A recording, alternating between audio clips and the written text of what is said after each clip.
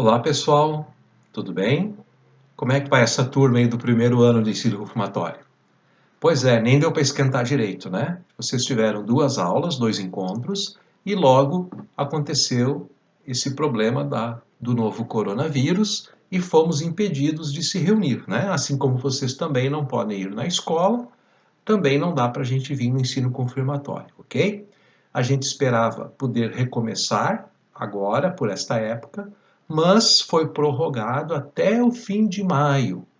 Então, para não ficar esperando tanto tempo, nós vamos passar aqui duas aulas por semana para ir recuperando aquilo que ainda não foi feito, para quando chegar junho, então vocês estarem em dia com as aulas e não perderem nada deste ano.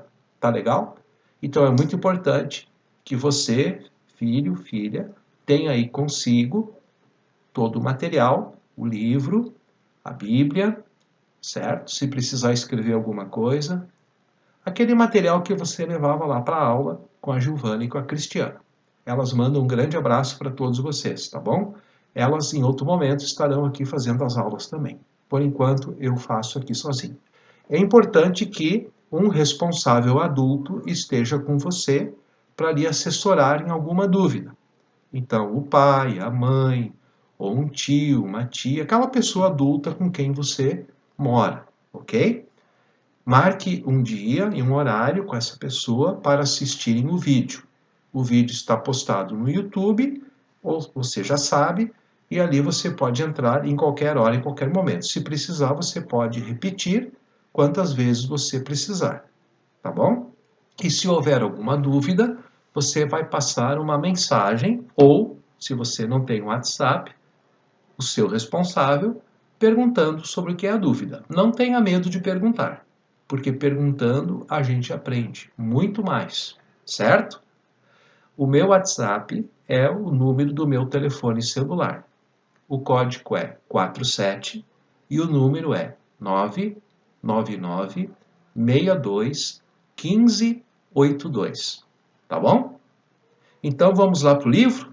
Já abriu o livro? Página 18, encontro 3, o lugar de celebrar. Está com o livro aberto?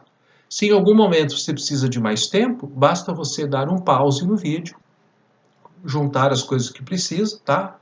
E aí você continua depois visualizando, tá bom? Então, no decorrer da história do ser humano, das pessoas, quando elas encontravam Deus em determinados lugares, elas marcavam esses lugares. Bem antigamente, Abrão, né, o pai da fé, foi o início do povo judaico, do povo judeu, ele erguia altares de pedras. Pedras que tinham ali. Não eram pedras preciosas, nem entalhadas, né? Eram as pedras que tinha por ali. Empilhava elas de uma forma para dar um aspecto de um lugar especial. Ali Deus falou comigo. Ali eu tive um encontro com Deus. Esse era o objetivo. Então, hoje nós usamos geralmente os templos, as igrejas, para celebrar culto. E esse espaço onde celebramos o culto é o espaço litúrgico, onde ocorrem então as formas visuais, sonoras, para termos o nosso encontro com Deus em comunidade com os outros irmãos e com as outras irmãs. Estão entendendo? Isso é espaço litúrgico. Mais tarde, o povo de Israel construiu o seu grande templo de pedras enormes na cidade de Jerusalém. Só tinha este templo, ficava na capital, né? Jerusalém. Hoje só resta um pedaço do grande muro do templo. Não há mais o templo lá. Não temos uma foto desse templo, porque ele foi destruído no ano 70 depois de Cristo. Mas isso é uma outra história para um outro momento, tá bom? Então, olhando lá no livro, nós estamos na página 18, na coluna da direita, no finalzinho, tá? Mais tarde, quando as comunidades cristãs surgiram, elas vão se reunir nas casas. O pessoal abria suas casas para que o povo de fé, povo cristão, se reunisse lá para adorar, estudar, conversar, celebrar a ceia. Isso foi durante 330 anos assim. Nessa época não haviam prédios e igrejas, templos cristãos. Aliás, em alguns lugares eles eram perseguidos, tinham que se reunir escondidos também. Mas onde era permitido, o pessoal se reunia nas casas para então fazer o seu culto, a sua devoção a Deus. Neste período e anterior a ele, lá na página 19, vocês podem observar na coluna da esquerda, havia a sinagoga. A sinagoga era a casa de oração dos judeus, não era templo.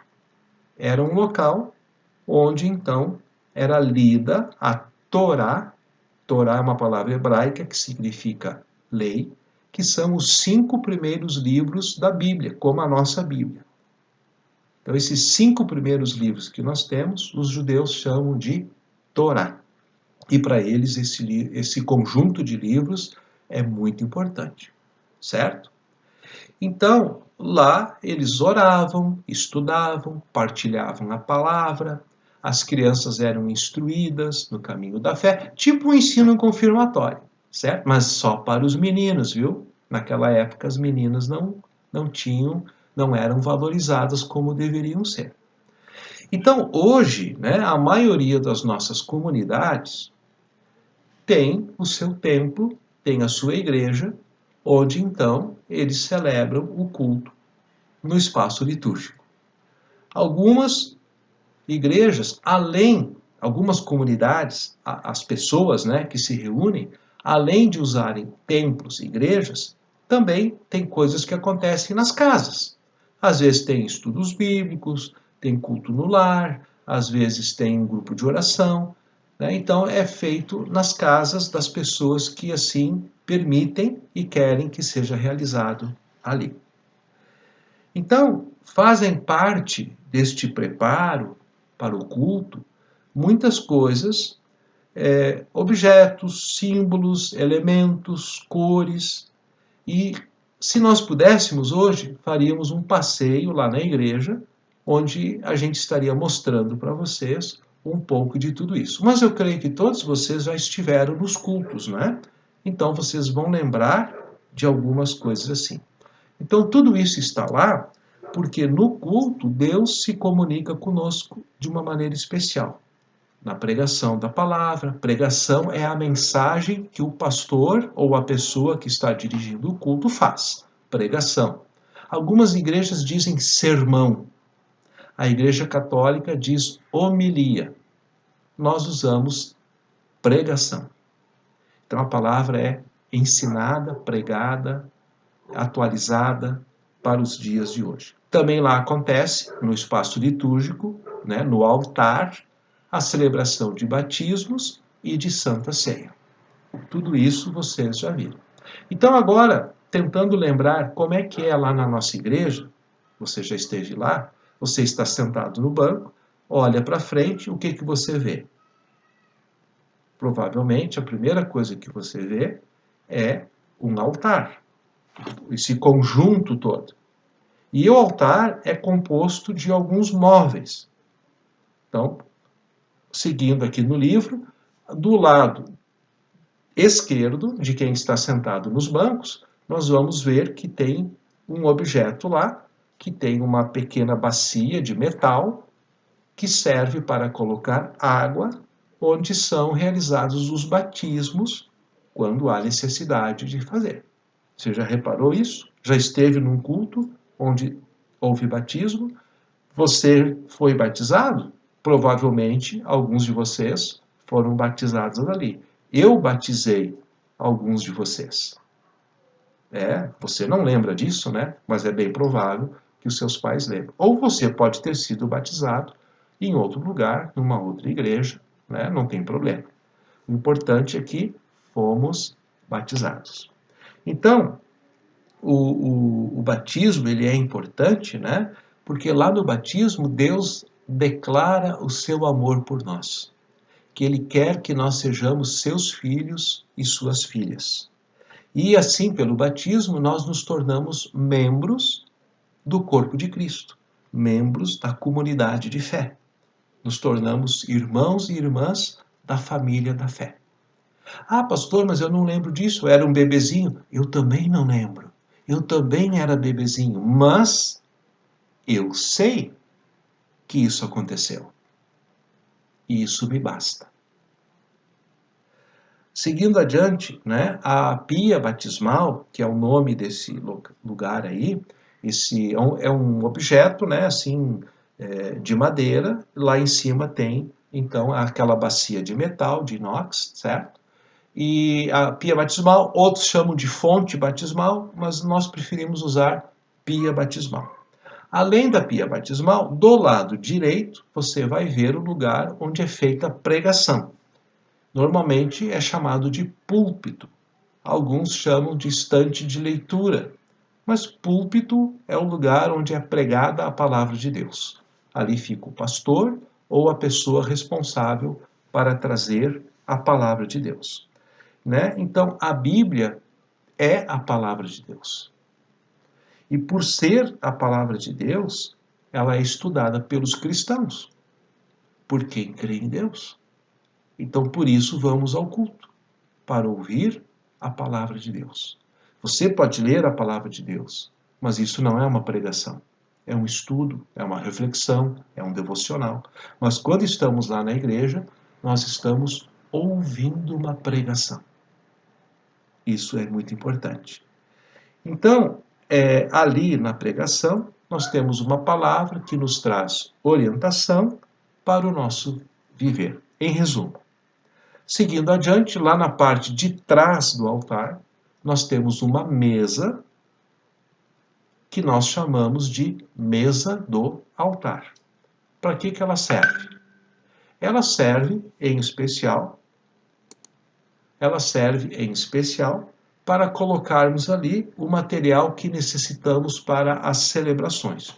Então, por exemplo, quando nós celebramos cultos com Santa Ceia, nós temos ali um pratinho de metal, onde ficam as hóstias, temos um cálice de metal, onde fica o suco de uva, representando o vinho, o sangue de Cristo. Além disso, nós temos também as velas de um lado, né? E temos também as flores do outro. Depois nós já vamos ver, né, para que serve tudo isso, tá?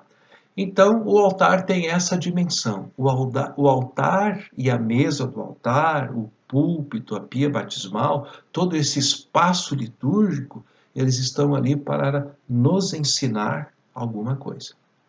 Vamos adiante? Nós estamos na página 19, na coluna do lado direito. Objetos e símbolos litúrgicos. Está acompanhando? Eu estou falando rápido demais? Qualquer coisa, dá uma pausa aí e volte, leia se você não percebeu alguma coisa. Se você não entendeu uma palavra, você pode consultar no Google, certo? Ou perguntar para mim. Não tenha medo, a gente está aqui para aprender. Quem pergunta, aprende mais. Beleza? Vamos lá. Objetos e símbolos litúrgicos. Na nossa casa e na sua casa, na minha casa, nós costumamos ter muitos objetos. Alguns servem para decorar, deixar o ambiente mais agradável, mais bonito, torna a casa mais aconchegante, né? Acolhedora, bonita. Outros são objetos úteis e necessários para a realização de tarefas. Por exemplo, na cozinha, há uma série de objetos, né, que nos ajudam a cozinhar. Ou alguém lá da família que cozinha para a gente. Não é verdade? Todos eles têm uma finalidade, têm uma função. Assim também, há os que ocupam espaço na nossa memória. Às vezes, pode ser que lá na sua casa tenha foto de alguém que não vive mais, mas que foi importante para você, para sua mãe, para o seu pai. Ou tem um objeto que pertencia a pessoas queridas da nossa vida e que gostamos de deixar ali. Ou alguém viajou e comprou alguma coisa num lugar e deu de presente como lembrança. Há muitos objetos que têm essa finalidade. Então, lá na igreja, né, no lugar onde a comunidade celebra culto, também não é diferente. Nós temos alguns objetos ali que estão no espaço justamente para nos ensinar alguma coisa, além de tornar o ambiente também bonito e aconchegante. Então vejam que esses objetos, sobretudo, eles têm raízes bíblicas ou históricas que nos falam do amor de Deus, da sua proximidade, do seu cuidado e da sua história conosco. Vamos ver alguns deles? Então vamos virar a página 20, certo? Vamos falar da cruz. Lá no altar, nós temos a cruz lá no fundo, né? Na parede do fundo, acima da mesa do altar. A cruz é um símbolo central para a fé cristã. Ela nos lembra de que Jesus deu a sua vida em favor da salvação do mundo. Chamamos de crucifixo a cruz com a imagem do Cristo pregado na cruz. Isso é um crucifixo, o nome disso. Ele nos lembra do sofrimento de Cristo, da dor, da solidão, né? Da sua morte em favor do mundo, em favor de nós, de você e de mim. A cruz vazia, sem a imagem de Cristo, que nem essa que eu tenho aqui atrás, ó, você está vendo aqui, ó, aqui, né? Ó, vazia, só tem os vértices, né? Vertical e horizontal. Essa cruz aqui, como é ali no altar na nossa igreja, tá? A cruz vazia, ela sinaliza esperança, porque ela nos lembra que Jesus não ficou pregado na cruz, mas ele ressuscitou. A cruz ficou, mas Jesus não ficou. Aliás, lembramos disso domingo que passou, a Páscoa, a ressurreição do Senhor Jesus. Deus ressuscitou Jesus, e esse anúncio nos fortalece e nos enche de coragem para viver a sua vontade em todos os lugares. Na mesa do altar, de um lado nós temos as velas. As velas têm uma mensagem muito simples, porque elas têm luz. Quando nós as acendemos, elas emitem luz. E a mensagem das velas é que Cristo é a luz do mundo. Cristo veio trazer luz no mundo em trevas. Como a maioria dos nossos cultos é feito durante o dia ou à noite com as luzes acesas, a gente nem percebe a chama das velas. Mas se tudo tivesse escuro, nós veríamos como faz diferença uma pequena luz acesa na escuridão.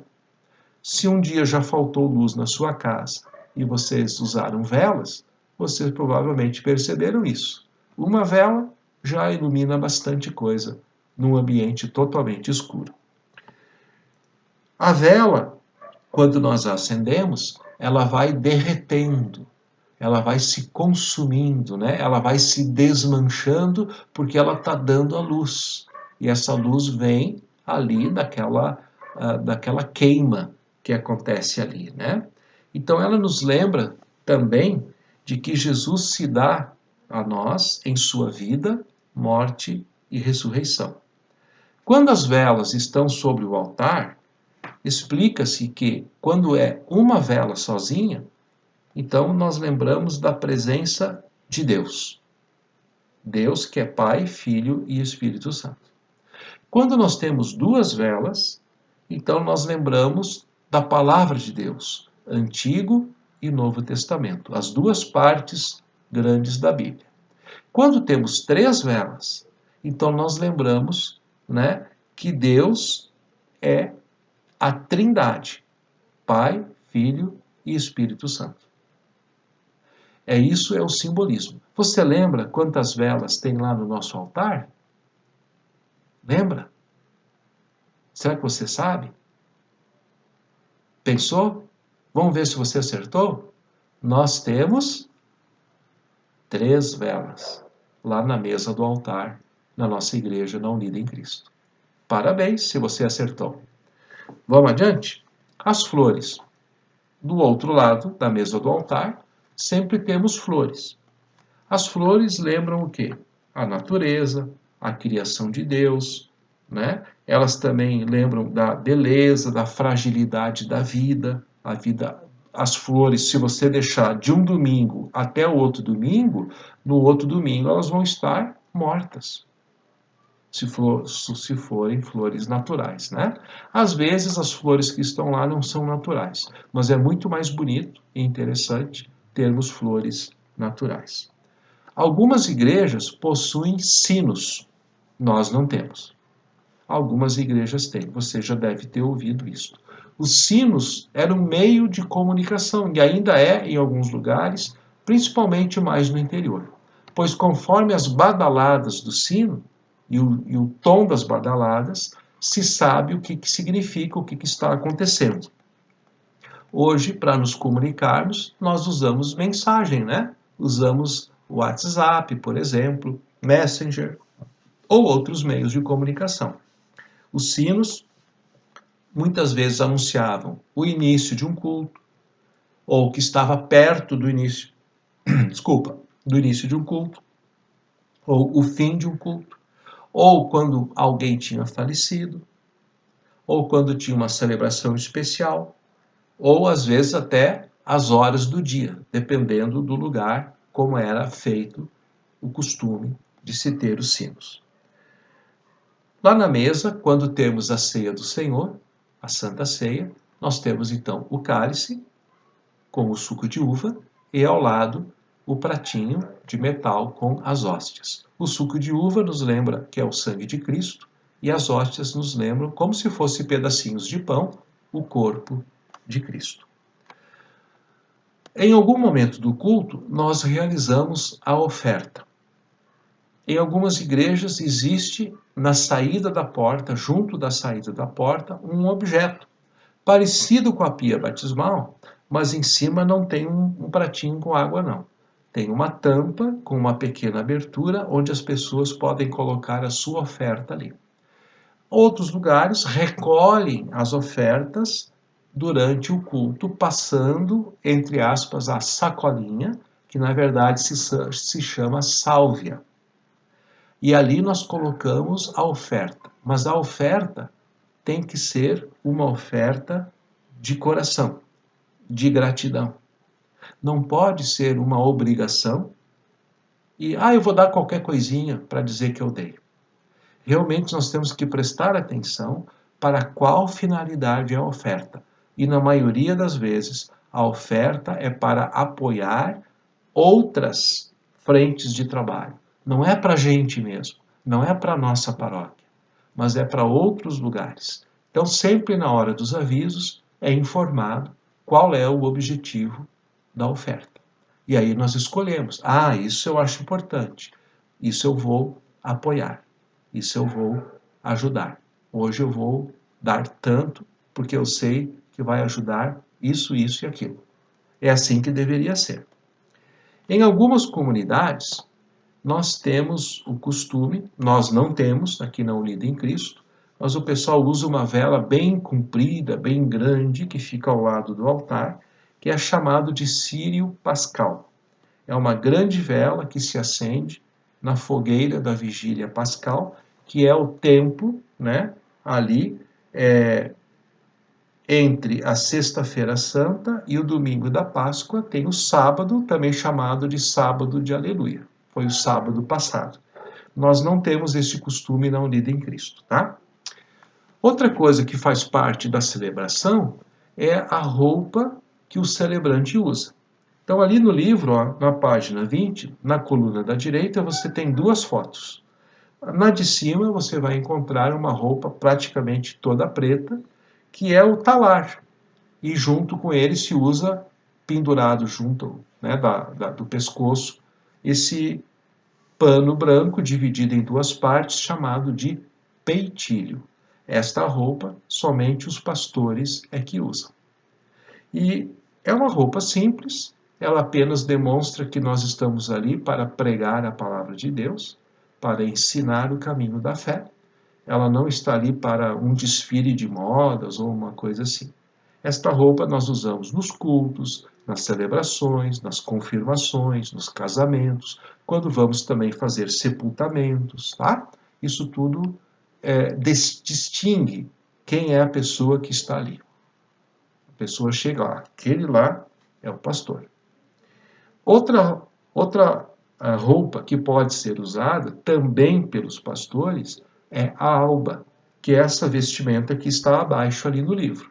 Ela é branca, bem clara, e também se usa uma estola, né, jogada por cima do pescoço e que cai pela frente. Eu não uso essa roupa porque eu nem a tenho, eu só uso o talar. Mas se um dia você vir, né, alguém com essa roupa, você vai perceber. Então, o pastor usa com a estola na cor litúrgica da época que estamos vivendo. Então, por exemplo, agora nós estamos após a Páscoa. Então, a cor é branca. Essa estola, depois ela pode ser verde, pode ser roxa, pode ser vermelha, depende da ocasião e da época do ano. Mas nós temos outros ministros e ministras na igreja que não são pastores. São os diáconos e as diáconas. Eles usam a alba, né, com a estola atravessada pela frente. Então, sempre que você ver alguém com a alba e a estola atravessada pela frente, é um diácono ou uma diácona. Já os catequistas usam a estola pendurada aqui pela frente. E os missionários, eles usam só a alba sem estola nenhuma. Então, isso é para você ter uma ideia, né, para você entender. Não precisa decorar tudo isso, tá? Mas é para você, se você ver um dia, você... isso aqui o pastor falou, é a roupa dos pastores, dos ministros, né? Então, aquele lá tem uma roupa toda preta. Então, ele é pastor ou ela é pastora. Vamos adiante? Paramentos e cores. Paramentos fazem parte também desse espaço litúrgico de culto. São aqueles tecidos coloridos que estão na mesa do altar e lá onde fica o púlpito, onde é pregada a palavra de Deus. E eles seguem as cores conforme a época do ano que estamos vivendo. Então, por exemplo, agora tivemos a Páscoa e vem a época pós-Páscoa. Então, a cor é branca. Mas tem desenhos dentro desses paramentos que nos lembram a ocasião. Então, conforme a época, os desenhos são diferentes também. Presta atenção nisso na próxima vez que você vier ao culto, tá bom? Vamos ver as cores, né? As cores desses paramentos e das estolas de quem usa a alba. A cor roxa, ou lilás, ou violeta, né? Para mim é tudo a mesma cor, tá? São usadas no tempo da quaresma, antes da Páscoa, na semana da Paixão e na época do Advento, que são os 4 domingos antes do Natal. Nessas são as épocas de usar esta cor litúrgica. Então, nesta época, você vai chegar na igreja, vai ver a cor roxa. Opa, estamos chegando perto do Natal. Desculpa. Então, é Advento. Ou, passou o Carnaval e daqui a pouco vai ser Páscoa. Então, é a época da Quaresma. Certo? A cor branca, eu já falei um pouquinho sobre isso, né? A cor branca simboliza a luz, pureza, alegria e paz. É usada na Páscoa, no Natal e no dia da Ascensão do Senhor.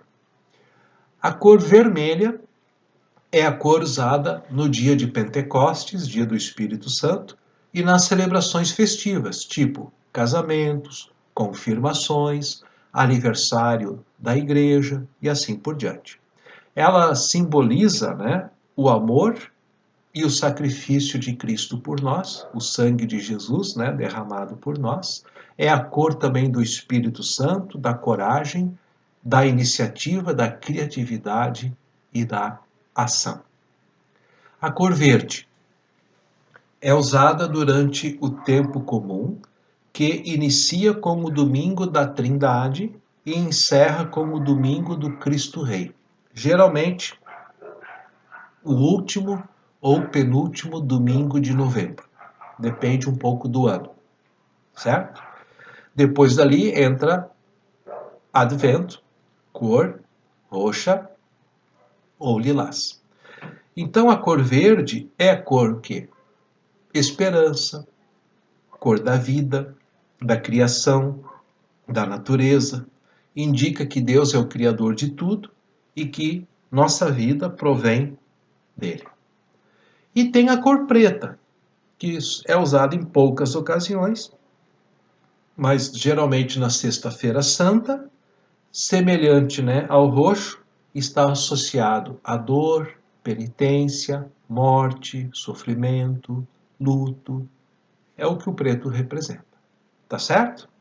Ali no livro, na página 21, vocês têm a figura de um paramento. Estão vendo ali? É um verde assim escuro, né?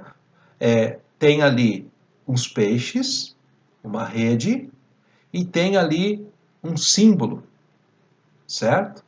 Um símbolo que são letras gregas, que parece para nós um P e uma cruz, né? Mas na verdade são duas letras grandes que são as iniciais de Jesus Cristo na língua grega. Em outro momento a gente explica isso melhor para vocês, tá bom? Mas a rede e os peixes nos lembram do quê? Dos discípulos de Jesus. Eles eram, muitos deles, pescadores. Ela também nos lembra que Jesus fez a multiplicação dos pães e peixes e que Jesus também fez a pesca maravilhosa, quando os discípulos, depois de uma noite sem pescar nada, Jesus mandou que eles voltassem e lançassem as redes novamente e elas saíram cheias de peixes. Então sempre é assim, tem uma figura no paramento que nos lembra de um ensino de Jesus ou de um momento da vida de Jesus para ficar guardado em nosso coração. Gente, ali no livro vocês têm um espaço para minhas anotações. Se você tem alguma dúvida, não quiser perguntar pelo WhatsApp, anota ali, tá? Quando tiver aula presencial, você pode voltar ali e fazer a pergunta também. Mas hoje a nossa aula foi esta.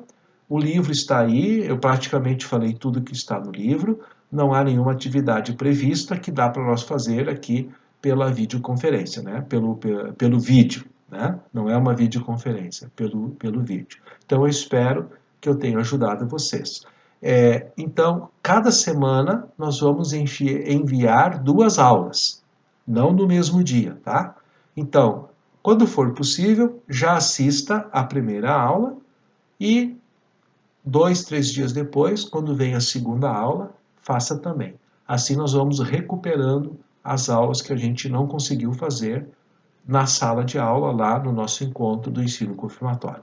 Valeu, gente! Muito obrigado pela atenção de vocês. Bom proveito. Obrigado, papai, obrigado, mamãe, por acompanharem os seus filhos e suas filhas. É muito importante a sua participação.